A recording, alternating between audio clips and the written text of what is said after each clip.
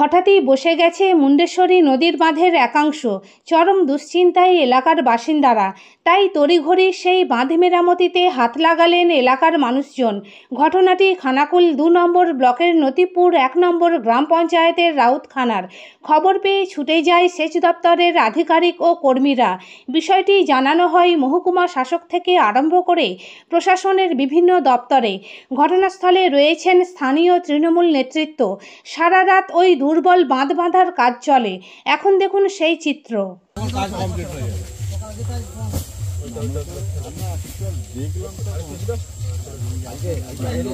বিষয়টা হচ্ছে আমাদের নতিপুর ১ গ্রাম পঞ্চায়েতের অন্তর্গত রাউতখানার পূর্ব পাড়ায়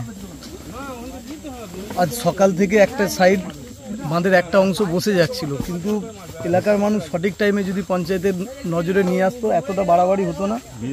কিন্তু যখন আমাদের পঞ্চায়েতের নজরে এলো, আমরা বিকাল থেকে তড়িঘড়ি এলাকার প্রশাসনিক সহযোগিতায় তড়িঘড়ি কাজটা শুরু করেছি।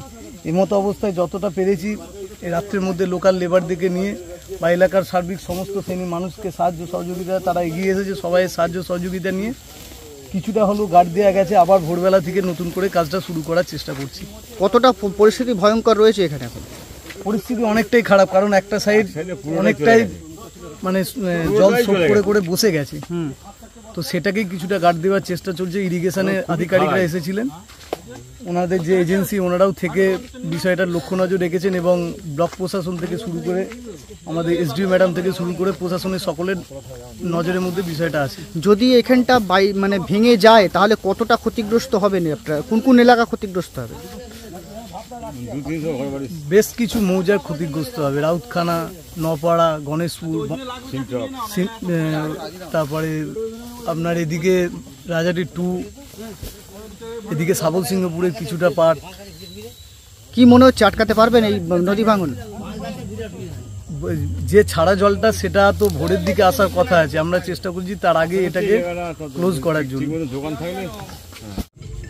এমনি স্বাভাবিক ছিল, মানে কোনোটাই মানে অস্বাভাবিক কিছু ছিল না, কিন্তু মানে ঠিক সকাল 10টা 11টার পর মানে বন্যা বাড়ছে, দেখছি যে হঠাৎ করতেই দেখছি যে বাঁধের ঠিক দক্ষিণ সাইডটা মানে ভিতর দিকে বাইরের দিকটা একদম মানে খুব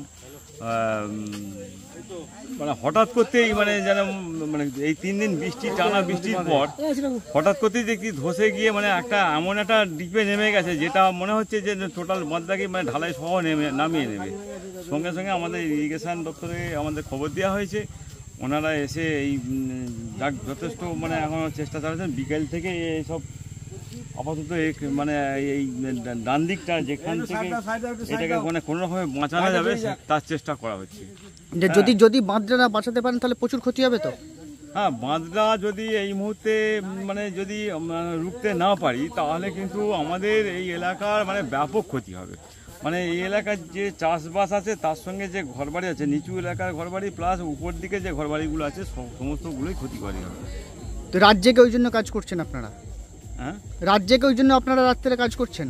হ্যাঁ, এই জন্যই আমরা যাতে করে মানে এই ক্ষতির সম্মুখীন না হতে হয় সেই জন্যে আমরা মানে যথেষ্ট চেষ্টা করছি, যাতে করে আপ্রাণ চেষ্টা করছি যে এই এলাকার মানুষকে প্লাস তথা আমরা নিজেরা এর সঙ্গে জড়িত, যেহেতু আমাদের এখানেই বাড়ি, আর সেই হিসাবে আমরা চাইছি যে এই জায়গাটা যাতে মানে মানুষ মানে সুরক্ষিত থাকে, তার জন্য আমরা মানে আপ্রাণ চেষ্টা করছি। হ্যাঁ, তবে যথেষ্ট এই সময়ের মধ্যে আমরা লেবার পাই না, বা ইরিগেশন দপ্তরে যারা আছে অন্যান্য জায়গায় তারাও এইসব বাঁধের বিভিন্ন জায়গায় তাদের কাজকর্ম চালাচ্ছে, মানে খুব পাচ্ছি না এই মুহূর্তে।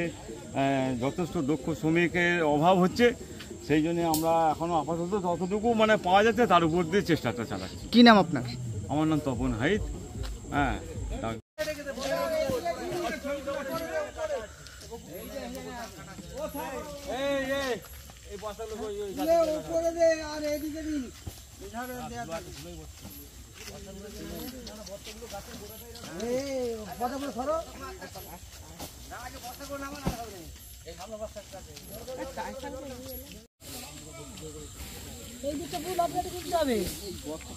তুমি ওই দিকটা যা হয়েছে যথেষ্ট অ্যাভেলেবল, ওই গাছের গোড়াটা পর্যন্ত একটু